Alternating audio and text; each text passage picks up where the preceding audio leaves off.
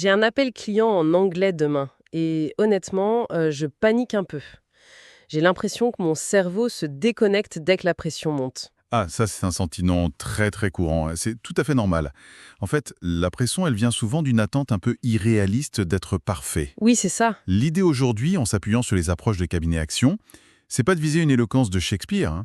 C'est de construire une confiance basée sur l'efficacité. Viser la clarté plutôt que la perfection. D'accord, ok, je comprends l'idée. Mais au-delà de juste, disons, survivre à l'appel, quel est le véritable atout? On dit que c'est un accélérateur de carrière, mais est-ce que ça ne peut pas aussi créer des malentendus si on maîtrise mal l'anglais? C'est une excellente question. Le risque existe si on se perd à vouloir trop en dire. Mais l'avantage stratégique, en fait, il vient de la prise de contrôle. La prise de contrôle. Oui, Maîtriser un anglais fonctionnel, ça veut dire pouvoir mener une négociation, défendre un point technique, et surtout, ça projette de la crédibilité. Il ne s'agit pas de tout comprendre mot pour mot, mais de savoir comment obtenir l'info essentielle et montrer qu'on est aux commandes de l'échange. d'accord. Donc l'idée, c'est de se construire une sorte de boîte à outils pour rester actrice de la conversation. Exactement. Et concrètement, pour mon appel de demain, par où est-ce que je commence? Par les outils qui redonnent le contrôle.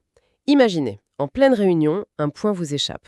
Le réflexe de panique, c'est de se taire. Oui, c'est tout à fait moi. Le réflexe de contrôle, c'est de dire calmement "Can you clarify this point?" Pouvez-vous clarifier ce point? Voilà. Ce n'est pas un aveu de faiblesse, au contraire, c'est une preuve d'attention. Ça montre que vous êtes engagé. Ah oui, je vois. Présenter comme ça change tout. Ces petites phrases deviennent des sortes de leviers. J'imagine qu'il y en a d'autres pour structurer l'échange. Absolument. La structure, c'est la confiance. Pour organiser, par exemple, Let's schedule a meeting at 10 a.m. Planifions une réunion à 10 heures. Ou pour un suivi de projet, I need a quick update on the project. J'ai besoin d'un point rapide sur le projet. C'est direct, c'est efficace. Et pour les emails, c'est pareil. C'est exactement pareil. Quelques formules suffisent à professionnaliser la plupart des communications. Please find attached the document. Veuillez trouver le document en pièce jointe. Ou pour conclure un échange de manière positive. Thank you for your prompt response. Merci pour votre réponse rapide. C'est vrai que ces quelques phrases, elles forment l'ossature de beaucoup d'échanges professionnels. On est loin de devoir tout réapprendre. C'est le cœur des approches de formation modernes, comme celle de cabinet action. On ne se concentre plus sur la grammaire des manuels, mais sur la langue qui est vraiment utilisée. L'efficacité, elle vient des mises en situation. Un pitch, un appel client, l'objectif, c'est de créer des automatismes. Pour que les bonnes phrases sortent naturellement, même sous pression. C'est ça. Le rôle d'un accompagnement ciblé, c'est de construire ces réflexes. C'est intéressant. Ça veut dire qu'il y a des astuces pour se préparer juste avant une échéance, comme mon appel là?